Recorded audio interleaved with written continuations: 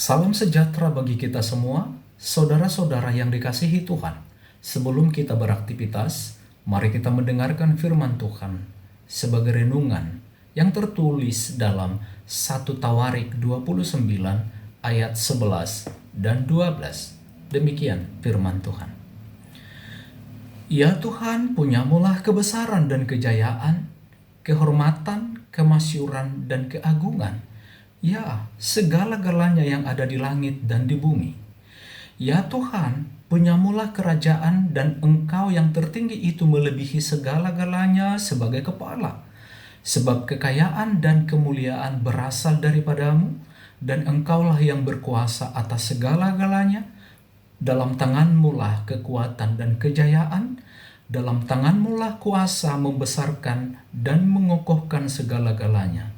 Sekarang ya Allah kami bersyukur kepadamu dan memuji namamu yang agung itu. Demikian firman Tuhan. Saudara-saudara yang dikasihi oleh Tuhan, di tengah dunia modernisme yang didorong oleh narasi self-made man, keyakinan bahwa kesuksesan, kekayaan, dan posisi semata-mata adalah buah dari kehebatan diri sendiri.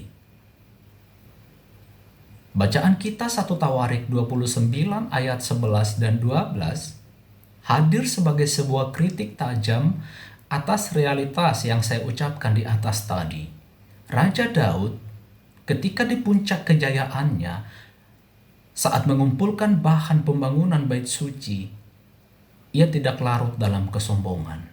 Ia justru menundukkan kepala dan memproklamasikan bahwa kebesaran, kejayaan, kekayaan, dan kuasa adalah milik Allah sepenuhnya.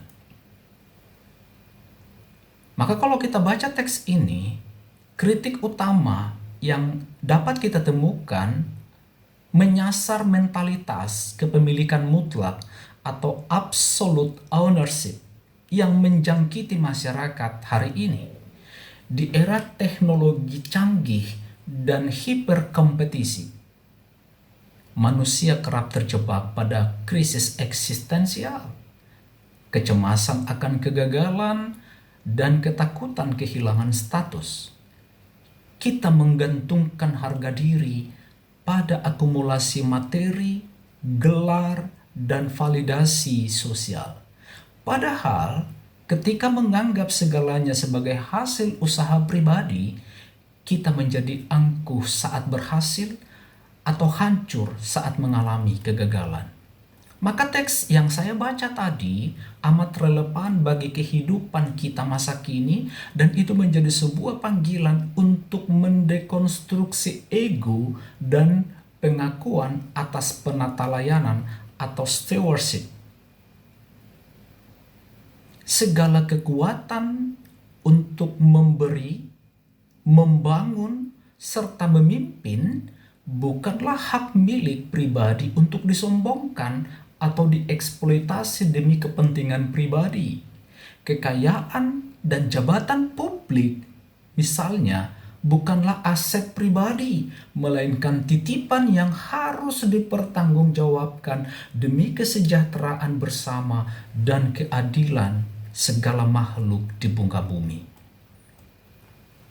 Maka saudara-saudara yang dikasihi Tuhan, menghidupi pesan Daud yang kita baca tadi, itu berarti melatih kesadaran bahwa hidup kita adalah anugerah.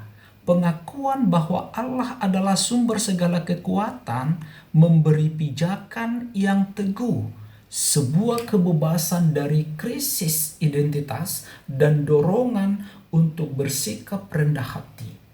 Ketika masyarakat modern belajar melepaskan klaim kepemilikan mutlak dan beralih pada rasa syukur, kita tidak hanya menemukan kedamaian batin, tetapi juga didorong untuk berbagi kehidupan secara tulus tanpa rasa takut kehilangan. Selamat beraktivitas. Tuhan memberkati. Amin.